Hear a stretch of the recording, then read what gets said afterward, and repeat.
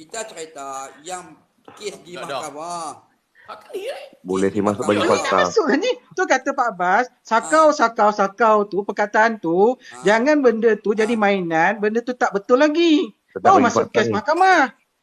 Memang tak betul tapi dah dimasukkan di mahkamah. Saya tak Tapi kata dia jatuh bersalah. hukum ke Saya Pak kata Abbas? saya kata dituduh di mahkamah. Dituduh, tapi bersalah ke, dah jatuh bersalah ke belum? Dituduh. Dia ni yang Pak boleh mencelah. Abbas, saya tanya. Jangan hukum lagi. Tapi Jangan kenapa hukum. kenapa Pak Abbas? Ni sorang-sorang Pak lah. Abbas. Sampai 4-5 orang ni. Sorang-sorang lah. Okey Pak Abbas. Sat Pak Abbas. kalau Sat kau ni. Sat lagi Okey. aku nak jawab. Mana ketaikam dengan kerih ni ya. Pak Abbas. Dia ni Pak Abbas tak kata perlu berdebat. dah dia. masuk mahkamah tapi Jangan dah jatuh koyak. hukum ke belum?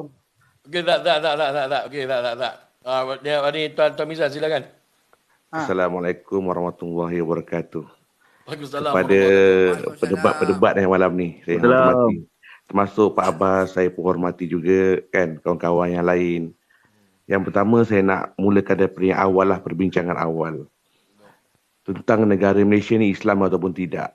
Yang pertama, kalau siapa pernah pergi umrah ataupun haji, kalau kita lihat dari segi fakta, kita ambil, kita naik bas ataupun ataupun LRT ke tapi laju ke daripada Jeddah, daripada Madinah ke Jeddah. Ini negara Arab ke tanah suci Daripada Madinah ke Jeddah ada berapa surau dan masjid dalam perjalanan tu? Siapa pernah pergi umrah dan haji? Sudah. Berapa?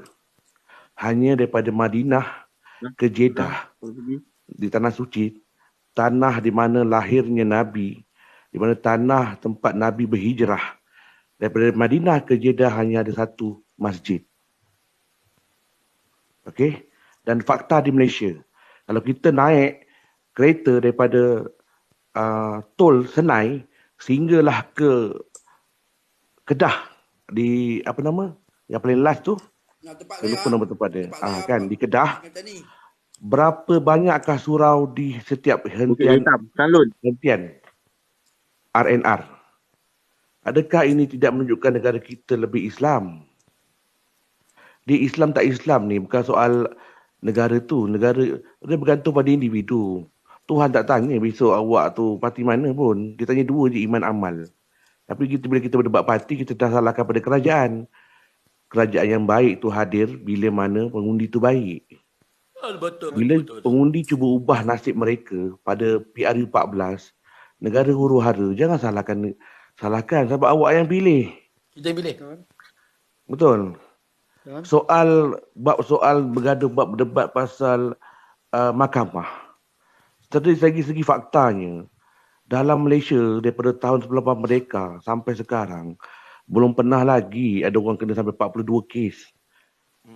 Paling tinggi pun 1-2 kes je. Sampai 42 kes, 32 kes. Ini kerja gila apa ni, mahkamah mana? Awak cek kat negara lain ada buat tak macam ni? Paling tinggi 7-8 kes je. Sampai 42 kes ni betul ke? Okey. Nak cerita pasal kes mahkamah yang berlaku. Yang lompat tu tak ada kes ke? Raja Petra telah membongkar 350 NGO dan individu di Penang, termasuk orang di AP, menerima 1 NDB. Sedangkan Syaril Samad, Tok Mak Mazlan menerima 1 juta 1 NDB. Menerima 1 juta. Pun kena dakwa. Dia menerima untuk sumbangan. Dan dicas sebagai cukai, LHDN. Orang menyumbang kena ke cukai sebenarnya? Orang sumbang kat kita, lepas tu kita kena bayar cukai. Betul tak? Ini bagi saya adalah pertuduhan terpilih. Kenapa? Kerana dendam. Bila dendam ni tak lama jadi kerajaan. Tu je. Kalau nak kata UMNO penyamun, nak tanyalah kan. PN tu asal daripada mana? Anwar Ibrahim tu daripada mana asalnya? Adakah hari ni saya Mizan, hari ni saya Mizan UMNO, contoh UMNO saya UMNO. Hari ni saya UMNO, besok pagi, besok petang saya isi borang PH. Adakah saya suci? Ya. Bukankah saya orang yang sama? Betul. Okey. Yang keduanya. Satu lagi. Bab PN.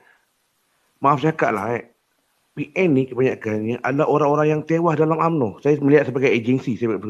Saya tak memilih mana-mana. Saya melihat sebagai agensi. orang yang berada dalam PN ialah orang-orang yang kalah di bahagian, kalah di cawangan, kecewa. Orang ni semua orang UMNO. Orang PN ni banyak orang UMNO. Betul. Ya. Ha. Orang yang, satu lagi, UMNO ni, PH ni terkenal dengan kekuatan dia apa? Kekuatan dia persepsi. Persepsi memang hebat. UMNO terkenal dengan kekuatan pengalaman. Gerak kerja, akar umbi. PH, jentera tak ada di akar umbi. Tapi sebabkan gelombang persepsi dia sangat hebat. Sebab tu, dia lebih didemasi oleh orang-orang muda. Kalau kita lihat, calon-calon semua orang muda, banyak orang muda. Sebab mereka adalah gelombang persepsi. Okey, kita tanya awak. Pada semua, 1.5K. Kalau kita nak ambil orang bekerja, kita ambil orang bekerja berpengalaman ke tak berpengalaman? Mesti ada pengalaman kan? Okey, contoh. Kebanyakan, maaf saya cakap lah kebanyakan kita melihat sebelum 2014 ketika BN memerintah, dalam masyarakat sekeliling ni, ada tak kita nampak orang PH, orang PAS bercampur membuat kerja untuk bantu orang? Ada tak? PAD13, PAD14, orang ni pergi bantuan. Sebab apa? Mereka takkan buat kerja tau. Sebab apa? Sebab mereka pembangkang ketika itu. Mereka tidak ada perlu salurkan bantuan. Betul? Setuju? Yes. Setuju? Okey. Mereka tak perlu salurkan bantuan. Jadi tiba-tiba pada PRU 14 berlaku perubahan yang besar, gelombang yang besar, jatuhnya BN. Tuan-tuan fikir orang yang ada pengalaman tak dalam nak handle bantuan masyarakat? Saya melihat depan mata saya sendiri, mereka terkejut.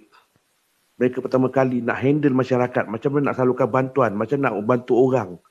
Mereka tak ada pengalaman. Begitu juga bila kita lihat PH memegang memerintah, di hadapan mereka tu, menteri yang ada 10 tahun pengalaman, 20 tahun pengalaman. Sebab tu, ada yang cakap minum minyak lah sebagainya kan. Tanam. Sebab mereka tak ada pengalaman. Mereka diayam-ayamkan oleh menteri-menteri BN di hadapan. Sebab mereka baru tahun pertama jadi menteri. Yang depan tu dah 10 tahun, 20 tahun. Mereka dah otai dalam kementerian dah. Jangan cerita bab borang-borang apa semua tentang form-form ni.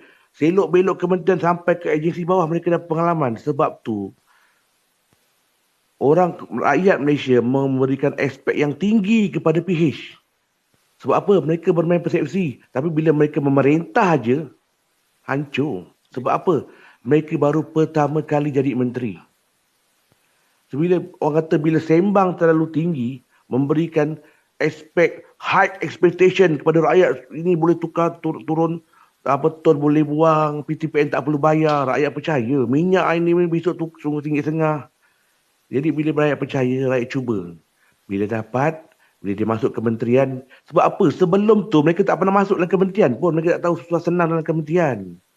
Tak pernah pegang pen, sign apa-apa. Mereka cakap, sembang di atas pentas. Sebab tu PH ni lebih hebat di pentas berbanding dia jadi menteri. Bila PH jadi menteri, dia nampak sumbang.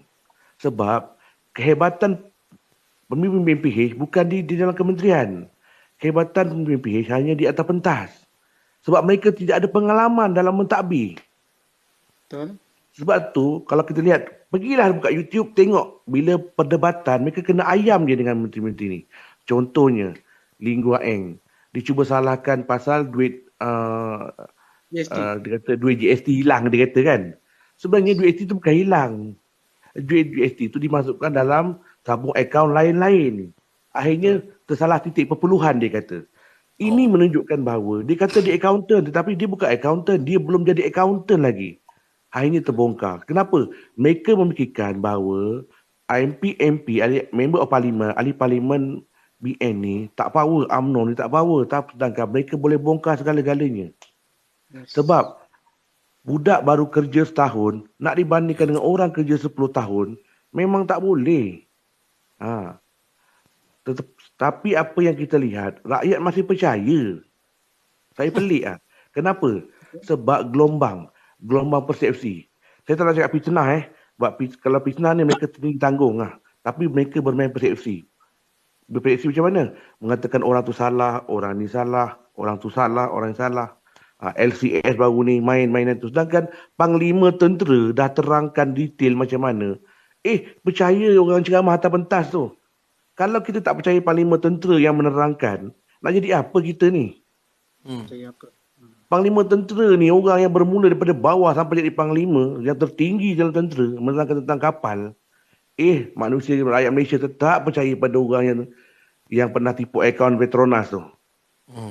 Nak jadi apa kita ni? Orang yang betul terangkan awak tak percaya. Orang yang waktu tengah kerajaan PH sebab dia tak semulu dengan Tun, dia lari pada kerajaan. Inikah pejuang? Kalau dia betul-betul pejuang masa kerajaan PH tu, dia tak lari, dia tak semulu dengan Tun, dia larikan diri.